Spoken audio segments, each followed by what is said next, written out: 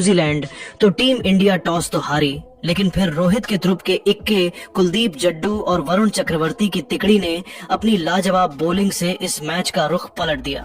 भारतीय गेंदबाजों ने अपनी कातिलाना गेंदबाजी से न्यूजीलैंड के बैटिंग क्रम की धज्जियां उड़ा दी।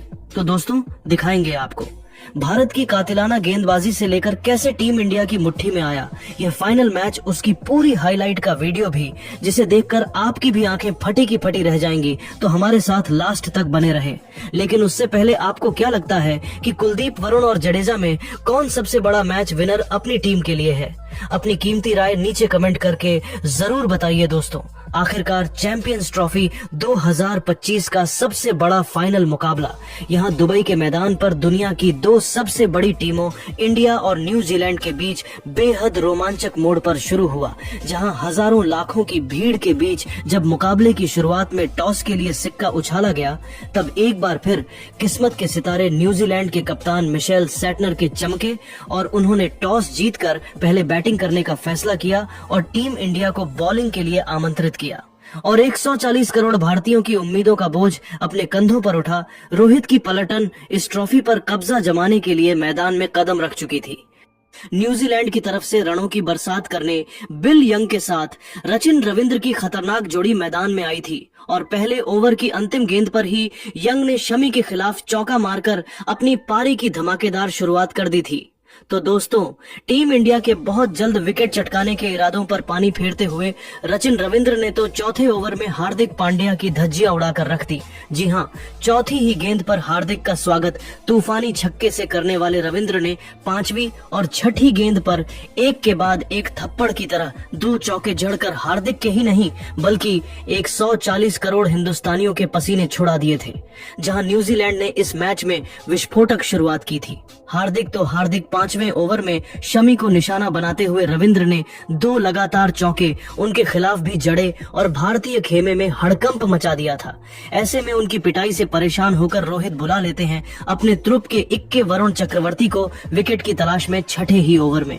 लेकिन दोस्तों, पहले ही बॉल में चक्रवर्ती वाइड फेंकते हैं, जिसके चलते मुफ्त में न्यूजीलैंड को 5 रन मिल जाते हैं और न्यूजीलैंड की पारी यहां पर T20 की रफ्तार से आगे बढ़ रही थी। इसी बात की चिंता हर एक हिंदुस्तानी, खुद कप्तान रोहित को खाए जा रही थी। 7वें ओवर की अंतिम बॉल में समी को बाउंड्री के बाहर चौके के लिए मारकर यंग ने अपनी टीम को 51 रनों तक 7 ओवर में पहुंचा दिया था। इन दोनों के बीच एक धमाकेदार ओपनिंग पार्टनरशिप भी हो चली थी, जिसने टीम इंडिया को मुसीबत के दलदल में फंसा दिया था। भारतीय गेंदबाजी दबाव में थे, भारतीय बॉलिंग पूरी तरीके से फ्लॉप साबित हुई थी। कप्तान रोहित का हर एक प्लान अब तक फेल होता नजर आया था। न्यूजीलैंड इस मुकाबले में शिकंजा कसती हुई थी अब तक। लेकिन दोस्तों, तभी 7वां ओवर लेकर आए वरुण चक्रवर्ती की पहली ही बॉल में रविंद्र आउट हो जाते हैं। उन्हें ग्राउंड अंपायर ने आउट दे दिया था, लेकिन थर्ड अंपायर की मेहरबानी से इस खिलाड़ी को नया जीवनदान मिला। तो अगली ही बॉल में बाउंड्री पर गन फील्डर श्रेयस अय्यर ने रविंद्र का एक मुश्किल कैच टपका दिया और 2 बॉल पर इस खिलाड़ी को 2 जीवनदान मिले थे, जिससे हर एक भारतीय का दिल टूट गया था। टीम इंडिया पर धीरे धीरे दबाव बहुत अधिक बढ़ता जा रहा था। भारतीय टीम दबाव में बिखरती नजर आ रही थी। लेकिन दोस्तों, तभी वरुण चक्रवर्ती का चमत्कार होता है। ओवर की 5वीं गेंद पर उन्होंने बिल यंग को LBW कर आखिरकार टीम इंडिया की तगड़ी वापसी कराते हुए भारत को पहली सफलता 57 के स्कोर पर दिला दी थी, जहां विल यंग 2 चौकों की बदौलत मात्र 15 रन बनाकर पेवेलियन लौट गए। उनके आउट होने के बाद अब मैदान में आए थे केन विलियमसन अपना जलवा दिखाने के लिए। 10 ओवर में न्यूजीलैंड ने 69 रन एक विकेट के नुकसान पर बना लिए थे। लेकिन दोस्तों, तभी 11वां ओवर लेकर आए कुलदीप यादव ने अपना जलवा दिखाते हुए पहले ही बॉल में खतरनाक रचिन रविंद्र को क्लीन बोल्ड कर न्यूजीलैंड की कमर ही तोड़ दी थी। इसके बाद तो पूरा स्टेडियम खुशी से झूम उठा था, क्योंकि रविंद्र 29 बॉल में 4 चौकों, 1 छक्के की बदौलत 37 रन बनाकर पेवेलियन लौट गए। 69 रनों पर न्यूजीलैंड के दोनों ओपनर भारत के सामने घुटने टेक गए थे। अब टीम इंडिया इस मैच में बढ़त बनाती दिख रही थी। विलियमसन का साथ निभाने के लिए डेरी मिचेल आए थे। लेकिन दोस्तों, अब भारतीय गेंदबाजों ने मुकाबले में ऐसा तगड़ा पलटवार किया था कि न्यूजीलैंड की पारी तो यहां से ताश के पत्तों की तरह बिखरनी शुरू हो गई। इस बार 13वें ओवर में एक बार फिर कप्तान रोहित ने कुलदीप यादव को बुलाया और कुलदीप ने अपना जलवा दिखाते हुए इस बार न्यूजीलैंड के सबसे सीनियर खिलाड़ी केन विलियमसन को कॉट एंड बोल्ड कर न्यूजीलैंड के बैटिंग क्रम की धज्जियां उड़ाकर रख दी, जहां विलियमसन मुश्किल से 11 रन बनाकर पेवेलियन लौट गए और 75 के स्कोर पर न्यूजीलैंड के 3 बल्लेबाज भारत के सामने ढेर हो चुके थे।